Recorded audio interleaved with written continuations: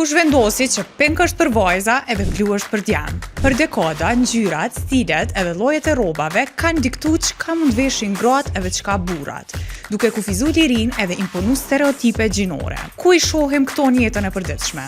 Rrallë ndonjë djalë vesh ngjyrë pink e rrallë ndaj vajzë pantallona të ngushta maskuline. Por disa kanë guxuar t'i thyen këto kufi.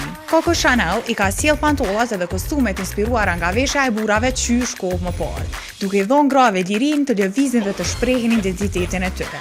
Më vonë, Yves Saint Laurent ka krijuar Le Smoking, kostum mashkullor për gra, që kombinon elegancën femrore me fuqinë e stilit mashkullor dhe sfidon normat e kohës. Në shekullin 21, Ralph Lauren shfaq vizionin unisex e rrobat që nuk dallojnë gjinin, ngjyra neutrale, prerjet që fshehin tiparet gjinore dhe linja të qarta që bëjnë çdo person të ndihet i lirshëm pa presion social. Edhe pastaj vjen Harry Styles, që e çon këtë fenomen në pop kulturë.